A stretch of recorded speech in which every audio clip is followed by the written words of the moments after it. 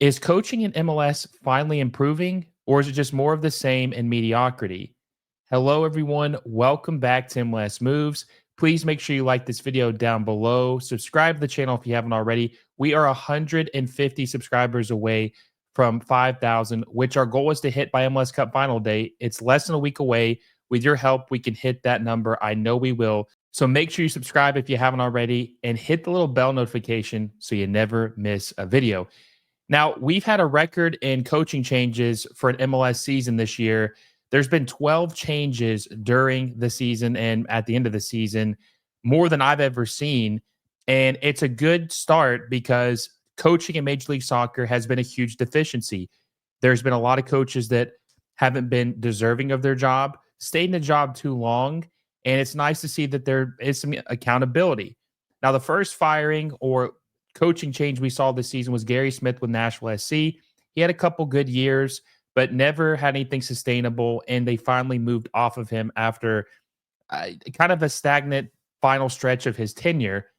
Gonzalo Pineda was number two when he got fired by Atlanta United this summer. Gonzalo Pineda always came up short with Atlanta United.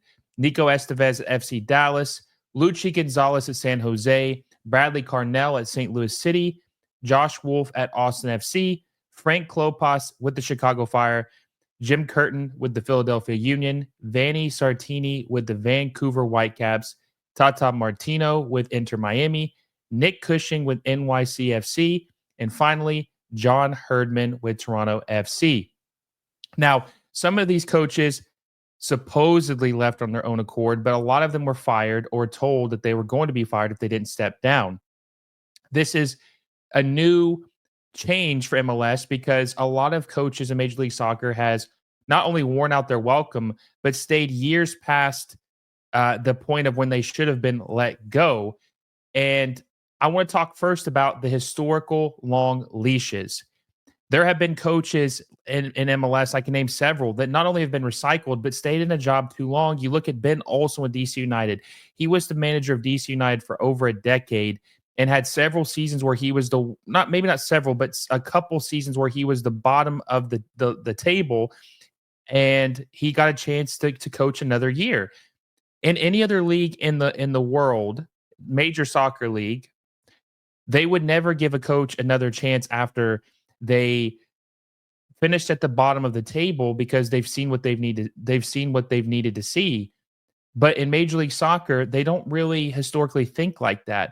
Another manager that's been pretty bad or was bad in the past was Frankie Allop. He coached at San Jose where he did have some success, but he just kept getting recycled through jobs. He also got a job at Chicago, which was his last one in MLS, and he was a complete and utter disaster. Major League Soccer has this tendency to just give these bad coaches a chance over and over and over again. Nico Estevez got fired from FC Dallas, and now he's the manager of Austin FC. I don't think he was a good manager with Dallas, and he gets a promotion with, well, not a promotion, but he gets another job instantly with Austin FC when they could have went out and hired someone else and given them a chance, or hired an established coach overseas, South America, European, whatever it may be, but go out and get a more established or qualified manager instead of recycling a guy that you know is bad. Now, there are some instances of good managers who have been recycled, like Bruce Arena. Bruce Arena is now the manager of San Jose. He was the manager of the Red Bulls, DC United, LA Galaxy, New England Revolution. He's won everywhere he's went. He's kind of the outlier in this. But the leashes, the long leashes that some of these coaches have been given is just an absolute travesty. Another one, Peter Vermees. Peter Vermees has been the manager for Sporting Kansas City since 2009. He's got every title you can possibly have. The quicker conversation of what to say what title he doesn't have is to list the ones he doesn't have than the ones he does have. He's been the manager, like I said, since 2009. He's only got one MLS Cup. He's had several bad seasons the last couple of years, and yet he is still employed with Sporting Kansas City. I don't know what dirt he's got on the team or the ownership or whatever, but that is a manager that it's unacceptable that he is still in charge of a Major League Soccer team. He is an absolute dinosaur when it comes to this league and what it's seen. Now, one of the other things I want to talk about is holding coaches accountable. I mentioned this a second ago about other leagues around the world would never allow coaches to have a chance to fail multiple times. I want to talk about LAFC for a second because this is one that I personally think that they should make a coaching change on that they haven't. LAFC is one of the best equipped teams in the league by what they invest, what they spend on their roster, and multiple championships they made too. They have a manager who's only won, really, I consider one championship MLS Cup in 2022 and lost several MLS Cup once, Leagues Cup, Champions League. He's just lost it feels like every term he's been. Now, he did win the US Open Cup, but if you follow the US Open Cup, it's a watered down version of what it used to be. Only 8 MLS teams participate in it, and then a bunch of MLS Next Pro teams participate in it. So it's not what it used to be, and no one can convince me that that is the same as what it would have would have counted for winning in years past. So there is still some clubs that need to have more accountability. But if you look at all these other jobs like Nashville SC, Gary Smith, they would have never fired him in years past. They would have kept giving him a chance until he wanted to leave on his own accord. It was just too long. Or Bradley Carnell, another one. One season, he was the Western Conference, finished the top of the Western Conference with St. Louis City SC as an expansion team, and then gets fired the next year halfway through. Now, some people might feel that that one was unjust, but they have a high standard, and they didn't like what he was doing, so they moved on. Or Jim Curtin, a team that he coached a team in Philadelphia where they don't really spend a lot of money. They're bargain hunting for players, and he went to MLS Cup and damn nearly won it, beating LAFC almost. If it wasn't for some heroics for Gareth Bale, and then Steve Trundle would have 0 MLS Cups if that happened. But he enhanced his team. He did more with less. And then you look at someone like Inter Miami. Inter Miami just broke the MLS record for most points in a season with Tata Martino, Messi, and company. And they failed miserably in the playoffs in the first round. And they said, hey, Tata Martino, what you did is not good enough.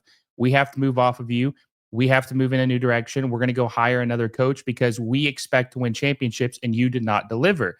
So you're starting to see teams have a higher standard. No more cruise control, keeping guys for years, no urgency to not make a change. We're seeing people be held accountable, which I think is going to increase competition, make coaches coach harder, because they know that if they don't hit a certain threshold, that they are going to be fired. I mean, if you look at the teams that fired their coaches that made the playoffs, there's 4 teams who fired their coach who made the playoffs. So even making the playoffs isn't good enough just to keep your job anymore, which is a huge difference compared to years past. And honestly, guys, if you don't make the playoffs in MLS, 18 of 29 teams qualify for the playoffs. If you don't make the playoffs in MLS, you deserve to be fired, because that's embarrassing. More than 60% of the league make the playoffs. If you're not part of that 60%, you're just bad. You're not a good coach unless your best player gets injured. There could be some context or some excuses you can make, but most of the time, if you can't make it, then it's just embarrassing. The next thing is, I want to say that the MLS 1.0 managers won't work in MLS anymore. We're seeing this as well. If you don't adapt to the times with the roster rules, how to build your team, how to spend money effectively, TAM, GAM, U22s, DPs, if you don't do this effectively, you get left behind. Now, Bruce Arena is the one MLS 1.0 manager that I have seen who is good at adapting. Bruce Arena, like I said earlier in the video, is an outlier. He is a unicorn. He is the GOAT of American managers. What he has done for this league, for USMNT when he was the manager, the first stint, 2002, LA Galaxy turned them around. He is a unicorn, and he's one of the only ones that will adapt and change his tactics and try to evolve with the league. Most of these other guys just do the same old thing and expect different results. That's why I think ultimately someone like Ben Olsen will fail with the Dynamo. Not because the Dynamo won't spend money, just because he is not forward thinking, he's not evolving with Major League Soccer going forward. That's why I think someone like Greg Berhalter will fail with the Chicago Fire. Now, he will make the playoffs because, like I said earlier, that the playoffs is not the highest bar to set, because 18 of 29 teams make it. And they're going to give him some money to spend. He's going to get some players, but will he win an MLS Cup?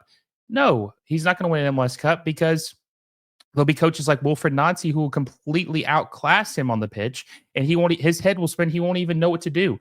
You saw him with the USMNT, most talent that our country's ever had, and he just completely underutilized them. And I just think that if you're not a modern manager adapting to the league, being able to adjust at halftime, holding players accountable, being able to develop your players, it is going to be a nightmare for you to succeed in Major League Soccer in 2024. And I think it's only going to continue because the more spending goes up, the less parity there's going to be. And it's going to be all about coaching and, well, spending too, but it's going to be more about the margin of coaching, who is better, and how these coaches are utilizing the players that they have. Also, I want to mention about the standard or the coach that people or teams are expecting, or what we should be expecting, is a Wilfred Nancy. That is a great example of a coach who has thrived in MLS and has proven themselves and has elevated the league, in my opinion. He coached at Montreal and finished in second place with a team that was under budgeted, didn't utilize the rules completely like other teams to their full force, didn't have many DPs, hell, if any DPs at all, or U22s, finished in second place with them. A lot of people were like, well, including myself, he can do more with less. What could he do when he has more? What would his ceiling be? He goes to the Columbus Crew. He wins an MLS Cup in his first season with the Crew. The next season, he goes to the CONCACAF Champions League final, or Champions Cup, excuse me. The name's been changed many times. Plays Pachuca, loses 3-0, but beat Monterrey, beat Tigres in the playoffs, or in the tournament. So he has proven himself. Then he won Leagues Cup this year, beating LAFC in the championship. And he is a guy that I respect the hell out of. He's the best manager in MLS. He has elevated the league. He'll probably be coaching in Europe sooner than later. And that should be the standard for what the league is trying to chase in their domestic, or coaches that are brought through the ranks, or the coach that the team, the average MLS team, would want. That should be what MLS is chasing and trying to get the average MLS coach to be of his quality, and it would enhance the league drastically. So, have to mention Wilfred Nancy, best MLS manager I've ever seen, to be honest with you. He is destined for Europe. And another shout is Sandro Schwartz, because of what he's been able to do for the Red Bulls, getting them to their first MLS Cup since 2008, when Jesse Marsch failed, Chris Armas failed, Gerard Stuber failed, Mike Petke failed, but Sandro Schwartz did not fail. He deserves some flowers, and it shows what coaching can do if you have a competent coach in this league. The last point I want to make is that the coaching has to help improve the quality of the league and the players, because it's important for development. I said this a couple days ago. I don't remember if I was talking with a friend or if I tweeted this, but I think that the youth player, the US player, domestic player in MLS, there is not a huge difference from now and 10 years ago in their development and the quality. And I think that has a lot to do with coaching, which hopefully is changing and will be better down the road. I know it takes time, but I think coaching has been detrimental to these players, from the youth academy to the second team or the first team. These coaches are so important into developing and teaching these players how to be pros, how to be a better player, how to develop. And I just think they've been lacking that, and it has really shown. You look at Tata Martino, for example, for Miami. He is one of the few people that is good at developing players and giving them chances.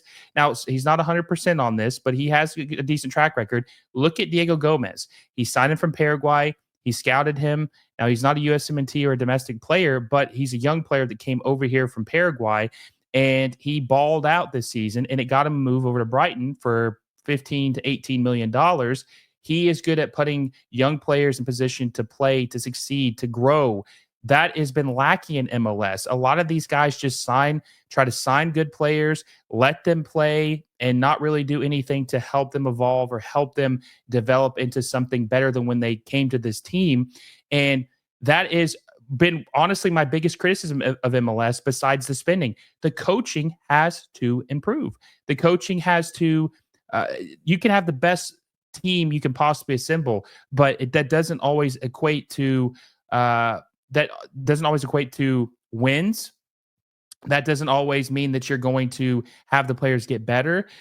Pep Guardiola obviously is most people herald as the best coach of all time. He's been struggling this year with Man City, but if you just had the same team and any manager, I don't know if they would not do as good, at least in their heyday. Let's pause on them right now because they're not doing good right now. But they if you took any coach in the world and had them coach Man City, you would not get the same results. It has a lot to do with coaching. And I think a lot of people have undervalued what coaching means and how important it is to making this league better. I think it is the most important thing that you could do outside of spending. And I think that that is taking a step in the right direction, like I've said in this video, because they are making there are some turnover or firing managers, letting them go, changing them out, trying to try something else, and that hasn't always been the case. And also, too, one thing that's important is that while there are spending limitations for players in Major League Soccer, there are no spending limitations for coaches in Major League Soccer. You can spend whatever you want. There are no limitations whatsoever. You're allowed to spend whatever you want on any coach from anywhere. Doesn't matter where they're from. And that is something that more teams need to utilize. Stop hiring these unqualified coaches who have never coached before, that the job is too big for them. Now, Miami just hired Javier Mascherano. I'll be curious to see what he does. Now, he is a Messi friend hire. He was the Argentina U20 coach. I don't know if he's going to be a good first team manager, but at least he's something different, right? Maybe he will be better than what Tata Martino was. Now, I don't know. No one knows if he's going to be better, but he might be. He would be better than hiring an assistant coach in MLS, I believe, because of the soccer he's seen. That's another important thing. Some of these players that they hire are former players. They've seen a level of soccer that most of the only MLSers have never seen. You want to have people coach your team that has seen soccer at the highest level. That's how you make these players better. So I feel positive about it. I want to know what you guys think. Do you think soccer coaching in MLS is improving? Do you think it's the same, or do you think it's worse? I personally think it's better, but I want to know what you all think. Also, make sure you like this video if you enjoyed. Subscribe to the channel if you haven't already, and hit that little bell notification so you never miss a video. Until next time, guys, I will see you all soon.